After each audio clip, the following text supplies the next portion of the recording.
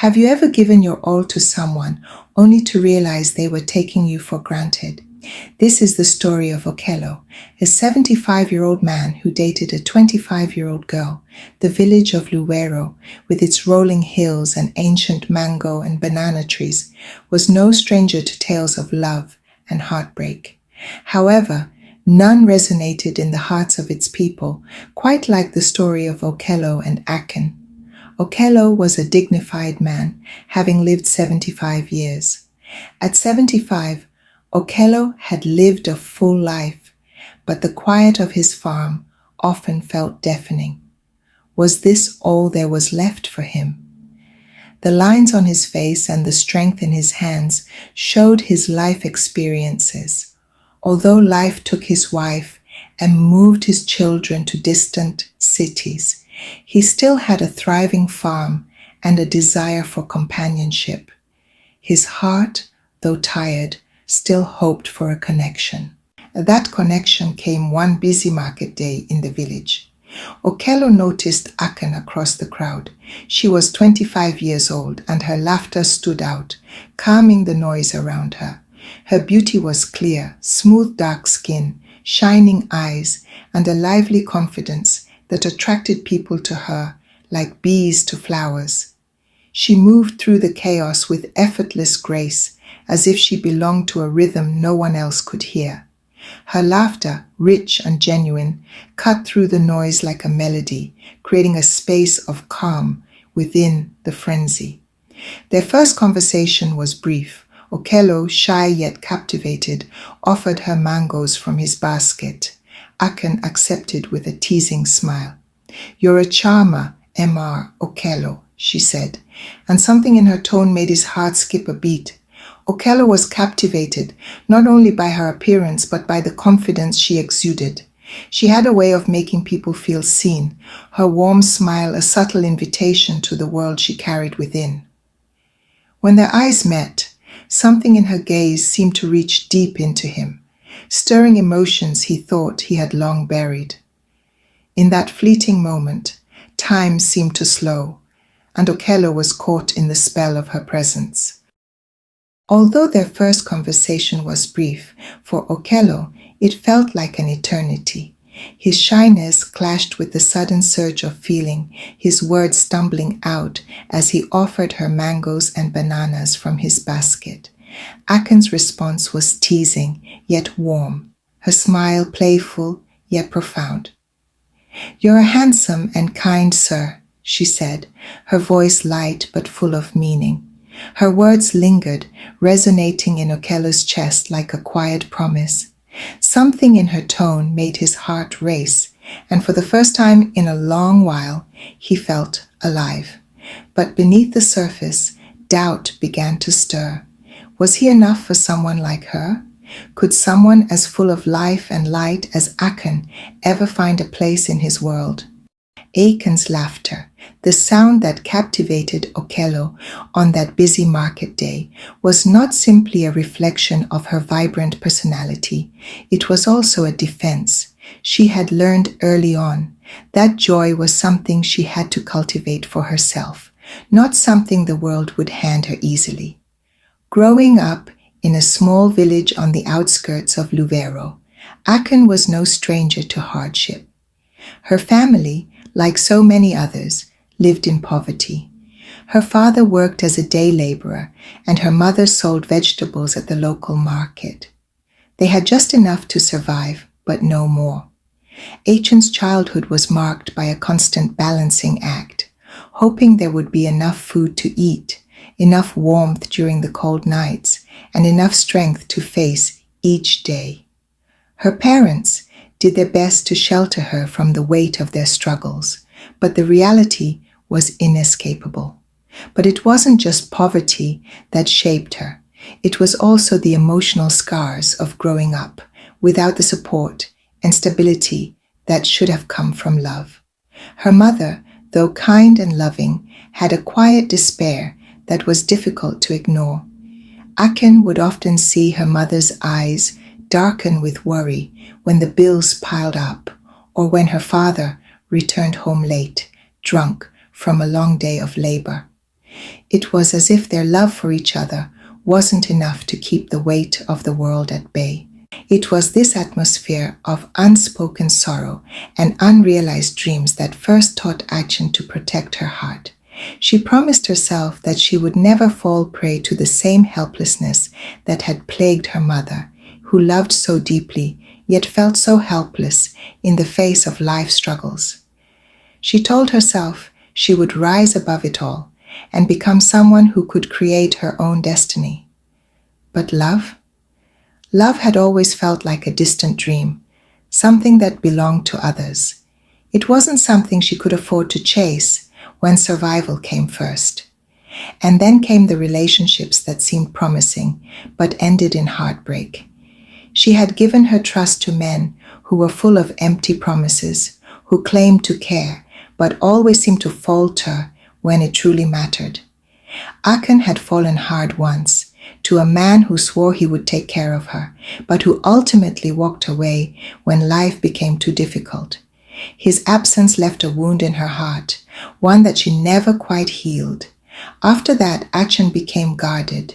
She focused on building a life for herself, working in the market, running errands for people, and keeping her emotions tightly controlled.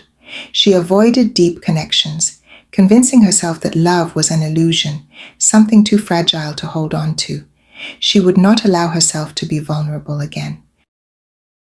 But then she met Okello. He seemed different, and the friendship blossomed.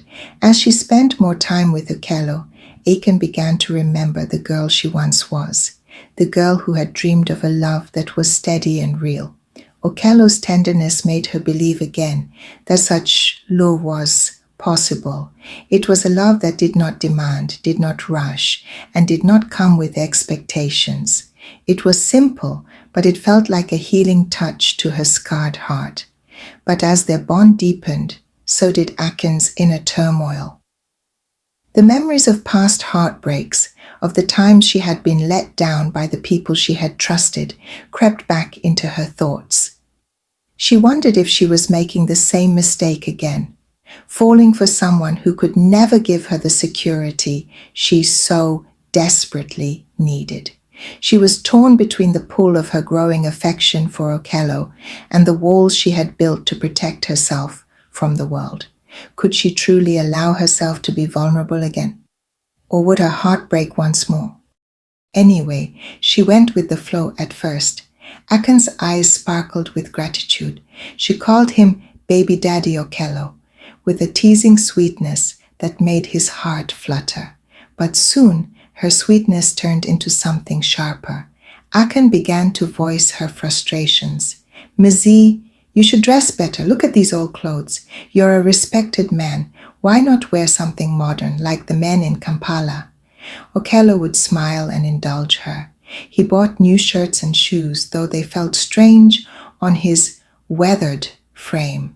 He even replaced his sturdy farm tools with modern gadgets to impress her, though they added little to his life. Then came the more personal complaints. One evening, as they lay beneath the stars, Ashen sighed and said, Baby Daddy, you're a good man, but you're not like the younger men. You're too slow, too gentle. Okello's heart sank, but he said nothing. He loved her deeply, and her words, though cruel, felt like a challenge he had to overcome. He tried harder to please her, but the more he gave, the more she seemed dissatisfied. Over time, they stopped being intimate. She would say she had a headache or was tired or give him an excuse, and Okello believed her and was patient. As a year went by, her requests became demands. Baby Daddy Okello, she would say, you should buy me the latest phone so I can keep up with my friends. Okello obliged, thinking it was the price of love, but in quiet moments he noticed how her laughter never quite reached her eyes. Achen began to criticize him openly. She laughed at his wrinkles and complained about his slow pace. She ridiculed his stories of farming, dismissing them as boring tales of the past. You're lucky to have me, Okello baby, she'd say with a sly smile. Women like me don't settle for just anyone. Okello, blinded by his feelings, ignored the whispers of his friends and children. He poured more of his hard-earned money into keeping her happy. New clothes, fancy dinners, and even a television she barely used. With every gift she grew colder, her gratitude replaced by entitlement. One evening, Okello tried to remind Aiken of his love. With all the sincerity in his heart, he told her that although he was no longer young, his love was deep and true. He promised to cherish her in ways that no one else could. But Achan laughed, a cruel, mocking laughter that echoed in his ears. "What can you offer me, old man?" she sneered. "You're old, slow, and predictable.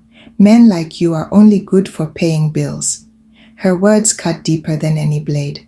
That night, as Okello lay awake in his bed, he realized he had become a man who had forgotten his worth. He was now a shadow of himself, chasing the approval of someone who only saw him as a means to an end.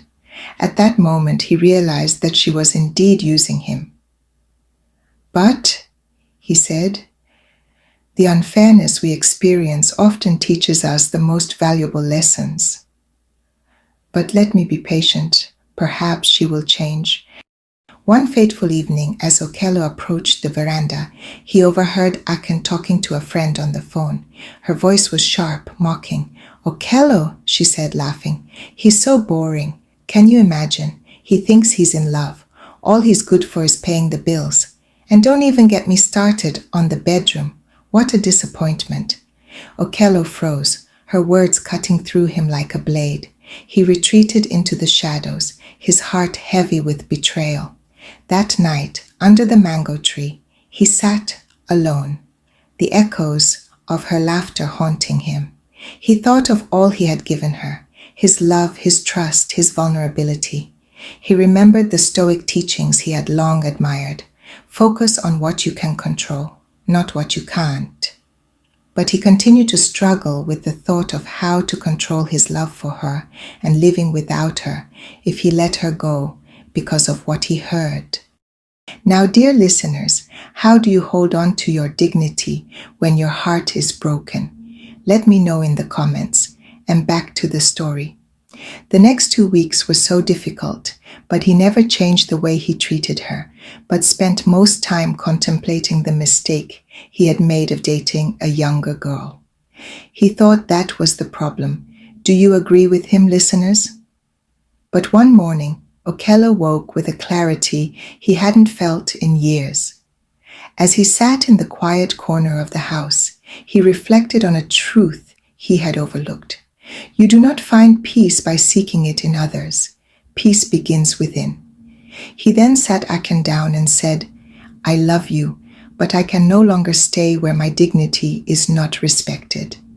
He walked away to another home he had built for his children, but had never been used since they were away, leaving behind the woman who had taken so much from him, but given nothing in return.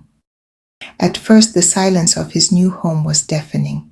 The nights felt long and the mornings lonely, but slowly that silence transformed into peace. Okello began to rediscover himself. He found joy in tending to his farm, laughing with old friends, and watching the sun rise over the hills of Luwero. He realized that his worth had never been tied to Achan's approval. It was rooted in his life's journey, in the wisdom he had gained from years of triumphs and struggles.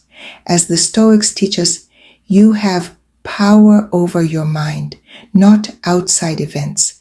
Realize this, and you will find strength. At first, Akin believed Okello would come back, as he always had. But days turned into weeks, and weeks into months, and the realization dawned he was gone for good. Okello, meanwhile, had rediscovered himself. He turned his heartbreak into strength, focusing on his farm and sharing his wisdom with the village. One evening, under the mango tree, he met Nambi, a widow from a neighboring village. Unlike Achan, Nambi valued him for who he was, a kind, wise, and gentle soul. Their bond grew naturally, rooted in mutual respect. Okello began volunteering in the village, teaching young men about self-reliance and the importance of valuing those who treat them with kindness.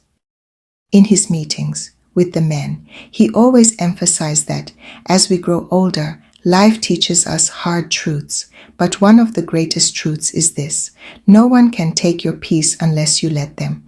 Okello's story teaches us many lessons. First, love is beautiful, but it should never come at the cost of your self-respect. True love uplifts you. It doesn't tear you down. Second, be cautious of those who only seek to take from you without giving anything in return. As the Stoics advise, waste no more time arguing about what a good man should be. Just be one. Okello decided to be a good man for his own sake, rather than for someone who could not recognize his value. As the fire crackled and the stars filled the night sky one December evening, Okello sat in quiet reflection. He saw in the glowing embers not just warmth but strength, the kind that fueled him to rise from ashes and become whole again. So, dear listeners, what do you think about Okello's journey? Have you ever faced a moment where you had to choose between love and self-respect? As you contemplate on that question, let me wind up saying that Okello's story reminds us all that our worth isn't defined by others. It's defined by how we treat ourselves.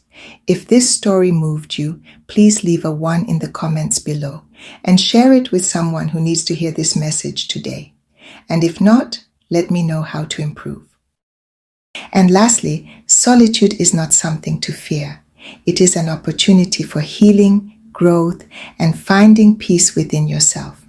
Okello's wrinkles and gray hairs were not signs of weakness. They were badges of resilience and wisdom.